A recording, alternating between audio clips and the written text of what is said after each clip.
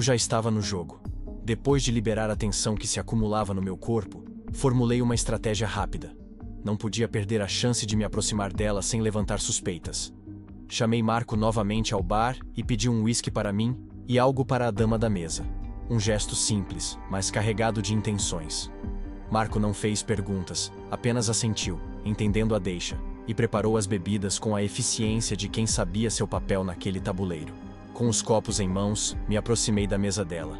Cada passo foi calculado, mantendo o equilíbrio entre casualidade e confiança. Quando me aproximei o suficiente, parei, permitindo que o momento chamasse sua atenção. Não foi preciso muito.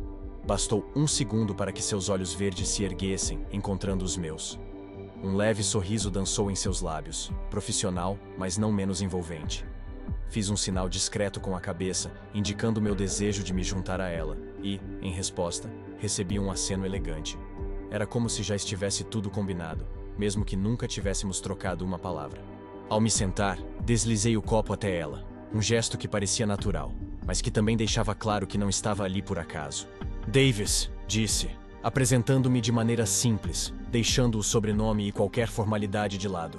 Queria que soasse como uma troca entre iguais, não um interrogatório.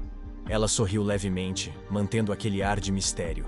Respondeu com o nome Valentina. A voz como um sussurro sofisticado que parecia combinar perfeitamente com o ambiente. Era impossível dizer se esse era mesmo o nome dela ou apenas uma identidade escolhida para a noite. Pouco importava no momento. Aproveitei a abertura para abordar o homem que estava com ela, medindo cuidadosamente as palavras. Seu companheiro parecia à vontade aqui. Achei que voltaria logo. Ela inclinou a cabeça, como se considerasse a relevância da minha observação.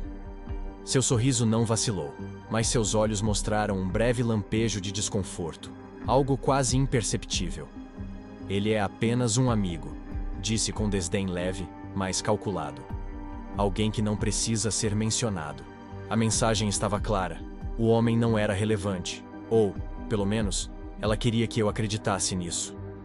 Havia algo em sua postura que dizia mais do que suas palavras. Ela não apenas controlava a conversa, ela também era uma mestre em manipular percepções.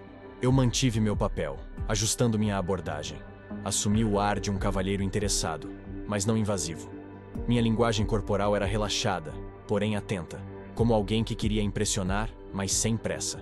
Eu precisava encontrar uma maneira de trazer o nome de Alice à conversa sem parecer suspeito. Valentina ainda me via como um cliente em potencial, o que jogava a meu favor. Se ela acreditasse que meu interesse era puramente pessoal, estaria mais inclinada a revelar algo sem perceber a importância da informação. Com isso em mente, esperei o momento certo. Quando parecia que nosso acordo estava para ser selado, decidi mudar o rumo da conversa. Usei o pretexto de procurar algo mais interessante para a noite, perguntando se ela tinha alguma amiga na casa ou se poderia sugerir alguém. Então, mencionei casualmente a descrição de Alice. Uma menina loira, jovem, que eu tinha visto na última vez que estive ali. Deixei escapar que achava que ela trabalhava no ramo, mas não tinha certeza. A resposta de Valentina me pegou de surpresa. Ela disse que, pela descrição, a menina loira não era uma acompanhante, mas uma cliente. Acrescentou que, na última semana, a garota esteve acompanhada por outra mulher, chamada Roxane. O nome acendeu um alerta na minha cabeça. Roxane não era estranho para mim. Era um nome que eu havia visto antes, associado a casos envolvendo cartões apreendidos em crimes ligados à prostituição de luxo. Além disso, o nome na comanda da boate era da Roxane, o que me indicava a veracidade do que Valentina estava dizendo. Mantive a calma enquanto ela continuava. Valentina mencionou que já fazia cerca de 10 dias desde a última vez que viu Roxane. E essa última vez tinha sido na boate, na mesma noite em que a menina loira esteve por lá. Além disso, elas estavam acompanhadas de uma terceira garota, mais jovem. As três passaram um tempo juntas, bebendo e se divertindo, mas algo aconteceu. Valentina comentou que, em certo momento, a menina loira perdeu o controle, ficando fora de si.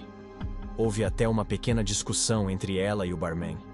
Essa parte da história me deixou em alerta. Uma discussão com o barman? Isso podia ser uma pista importante.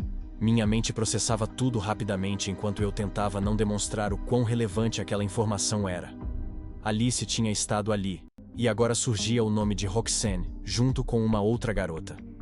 As peças estavam se espalhando ainda mais. Porém, se o barman tinha presenciado a cena, ele poderia ter informações cruciais. Era para ele que eu precisava voltar agora. Eu permaneci mais alguns minutos na mesa com Valentina, mantendo uma conversa em um tom casual. Aquele clima inicial, de curiosidade mútua, havia se tornado morno, o que era exatamente o que eu precisava. Assim que senti que o momento era propício, levantei-me sob o pretexto de pegar mais uma bebida. Mantive uma expressão relaxada enquanto caminhava em direção ao bar. Por dentro, minha mente girava com as possibilidades.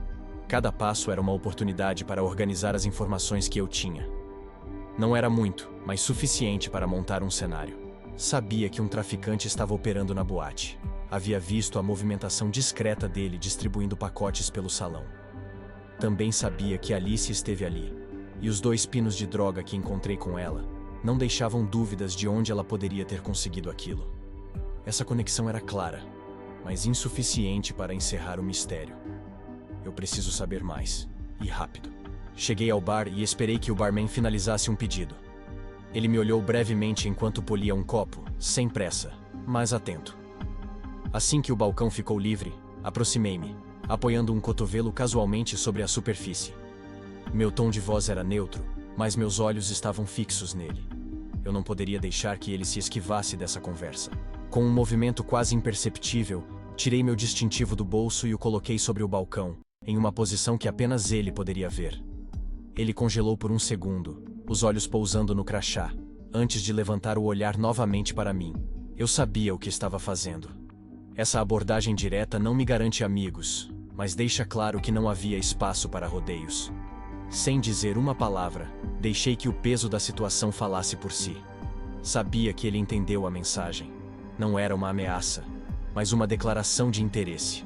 Depois de alguns segundos de silêncio, baixei o tom de voz, mas mantive a firmeza. Expliquei a ele o que sabia, a entrega do traficante, os pinos de droga com Alice, o fato de que ela esteve ali. Fiz questão de ser claro, não estava ali para acabar com a boate, mas se precisasse fazer isso para conseguir respostas, faria sem hesitar. Ele hesitou. Os olhos se moveram rapidamente pelo salão, como se buscassem alguma rota de fuga. Mas não havia para onde correr. Eu era a parede contra a qual ele acabaria se chocando. A tensão era palpável. O filho da puta sabia tão bem quanto eu que essa conversa não terminaria sem a porra de algumas respostas.